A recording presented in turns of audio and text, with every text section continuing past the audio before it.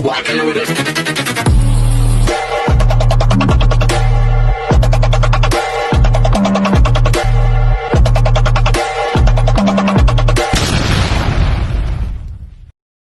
Hi everyone! Good evening! I'm back! It's your Mama Sam dito sa Sam TV. Kamusta naman po kayo mga amigo, amiga, kumare at kumpare? Sana lahat po kayo ay okay at safe ngayong araw na to. At syempre kung ako naman ang tatanungin nyo, nakikita naman ninyo, napaka-fresh pa rin ng beauty ng Mama Sam ninyo. Ganyan talaga kapag umiinom ka ng maraming vitamin C, charot. So yon, vitamin C, ano bang vitamin C ang iniinom ko or kinakain ko? Ito, ang tawag dito, passion fruits, bigay ng director ko. So sabi niya, gusto ko kumain ka nito kasi marami tong vitamin sa loob. Gano'n sabi niya. So kanina natikman ko, masarap. At panalo, kaya lang medyo maasim talaga siya. But maganda siya kasi talagang panalo yung asim. Ayun yung vitamin C na sinasabi ko. Saka syempre, fruits tulad ng apple, 'di ba? Green apple, vitamin C 'yan. Banana, 'di ba? May potassium at vitamin C 'yan. Saka grapes, 'di ba? So yan yung mga magaganda sa katawan, especially yung mga berries daw. Kaya nga gusto ko nga bumili ng ng mga mga berries talaga sa sa Foodland kasi doon meron.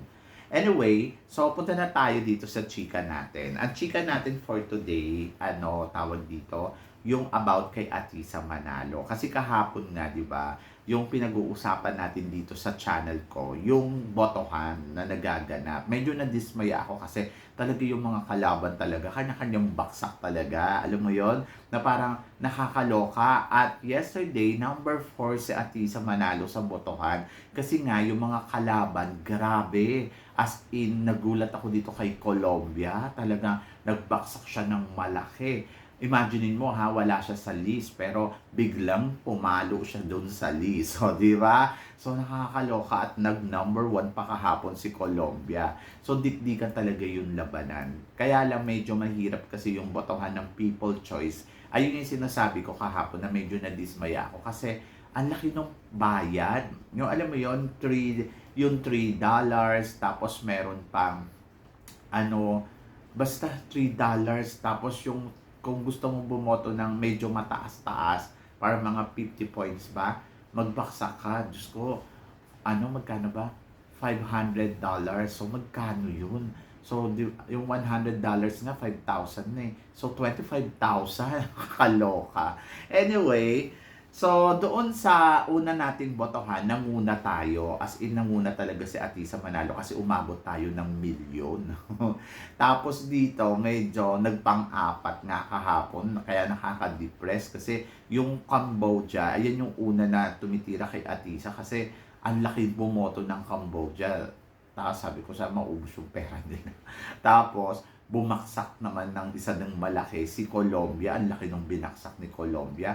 Mag-number 1 lang siya. Kaya kahapon, nag-number 1 talaga siya. So, tingnan natin ngayon kung nasaan na si Atisa Manalo. So, alam niyo, natuwa ako kanina kasi kaninang alas 5, nakita ko, parang number 2 na si Atisa. Tapos, ngayon tingnan natin kung ano na. Sabi ko, nagulat ako. Sabi ko, may bumili ng boto. Pero syempre maraming salamat sa tumutulong. Maraming salamat sa bumili ng boto. Maraming salamat sa suporta na binibigay ninyo kay Atisa. Talagang nakakataba naman kasi talaga ng puso. Diba? So, yon. So, good luck. Diba? So, tingnan natin. Sana makabisita kayo dito sa page ko. Ang page ko kasi, dito ko pinost din yun eh. Ito, yung SB Crown Pageant News. So, sana makabisita kayo dyan. Saka sa personal Facebook ko, sana makabisita kayo. So, pinost ko dyan. Oy, condolence nga pala sa lola ni ayan, ni Alexi Brooks. Oo, kasi sumalkabilang buhay na yung lola niya. So, condolence. Yon. So, dito, ayan, pinost ko dyan. Nakikita nyo ba? Ayan. So, dyan. So, tingnan natin. So, i-click nyo yan, see more. Tapos, click here to vote. Actually, ang botohan ay hanggang sa, ang period niya, First station is only open from September 6, nag-start ng September 6 hanggang September 12. O, di ba? So, tingnan na natin kung ilan na yung boto. Kanina, number 2. Wow! Nakita ko kagad. Atisa Manalo is nasa number 1 ranking na siya. Na meron na siyang boto na 96,030 as for now. My gosh, sana hindi na mahabol to ng kalaban. At ang kalaban naman ay nasa 73, si Colombia. So medyo malayo na yun na lamang natin. Pero syempre dapat palamangan na kasi para alam mo yun, hindi na sila bumili para maisip nila, sige bigyan na natin kay Philippines yan. So mag-effort na lang sila, charot. So ito yung boto, yung botohan na nagaganap. Kaya medyo mahirap. So ngayon meron ng kasi po umabot na siya ng 90 plus. So may free na siya. So try natin para mas bongga. So nakakaloka, parang grabe yung botohan na to. As in talagang nakakawindang, nakakaloka. So yon. So kung iisipin mo, medyo mawiwindang ka talaga para sa laban. Anyway, congratulations kay Philippines. Sa dahil lang nagre-register lang ako para mabonggahan natin. So yon, wait lang later. So ngayon ay nangunguna na si Atisa Manalo. Sobrang happy ko dyan. Alam niyo kung bakit? Kasi syempre, nalampaso niya na yung mga kalaban ng bonggang-bongga. Kahapon depressing kasi number 4 siya. Tapos ngayon, pumalo na siya ng number 1. So, yon, ganun talaga, Diyos ko, para kay Atisa Manalo na talaga ang corona. Charot.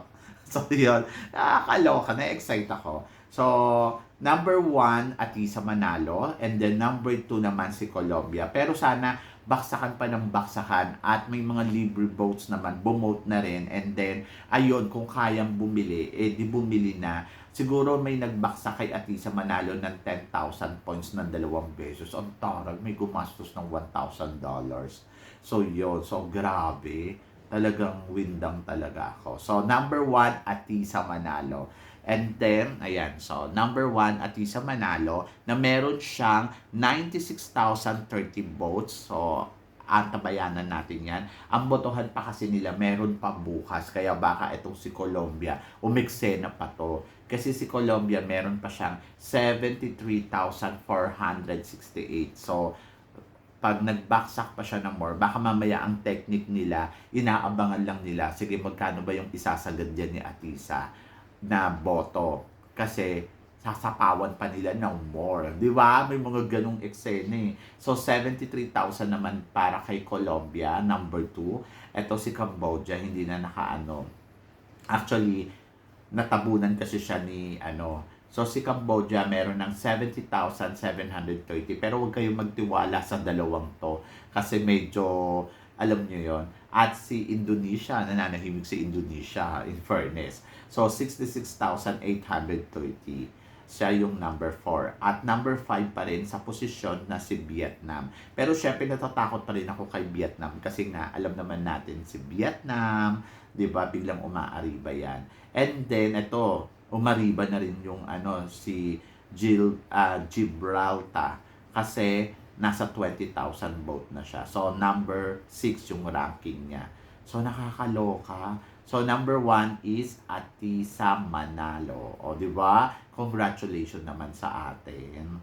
Nakakatuwa. So ipagdiwang natin ang ating tagumpay. Charot. So yun. So syempre mas more excited pa sa mga eksena pa mga susunod. Guys, sana i-maintain na natin yung number 1 kasi ang naisip ko hanggang 12 pa. So bukas, sana wag nang umeksena itong mga kalaban niya kasi baka bigla pang umeksena. So sana kung may mga tutulog dyan na nanonood, ano pang hinihintay ninyo, sana makabisita na kayo dun sa ni Atisa, di ba? So, yon. So, syempre, more exciting yung labanan and kahit ako na-excite din ako. At sana nga, tulad nga ng sinabi ko, makaariba pa tayo ng bonggang-bongga, di ba? So, yon. Are you excited, guys? Kasi ako, yes, excited ako. And tingnan natin kasi hanggang 12 pa. So sana makuha natin yung position talaga na number 1 para kay Atisa Manalo. Kasi dito guys, pag nakuha natin to, napatunayan natin na si Atisa Manalo talaga ang malakas. Kaya nakikita syempre ng organization niya, nako, ang Philippines hindi sila kabog, 'di ba?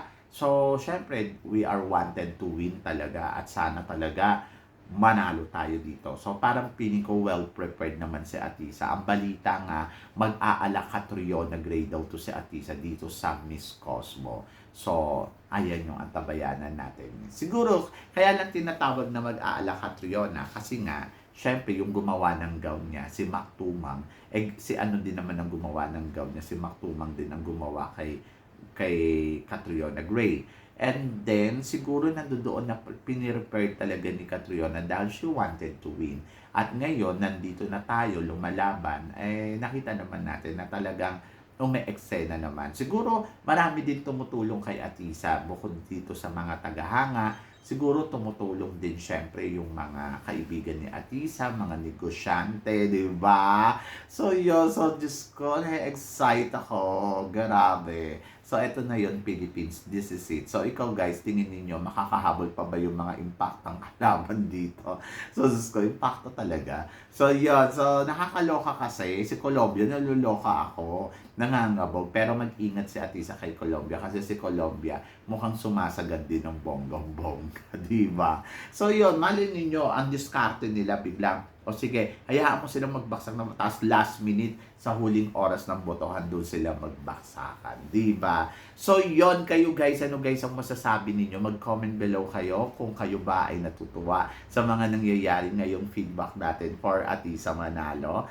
And then, ayan nga guys, nag-number 1 na tayo. So, tingin mo, tuluyan na kaya malalamangan ni Atisa Manalo ang mga kalaban? So, i-comment below mo yan. And then, ayun guys, maraming salamat sa inyong lahat sa suporta at pagmamahal na binibigay ninyo syempre dito sa channel ko. At sa mga hindi pa po nakaka-subscribe dyan, ano pang hinihintay ninyo? Don't forget to click like and subscribe my channel.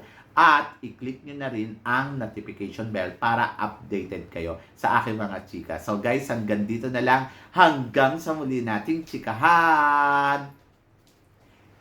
See you tomorrow. Thank you guys.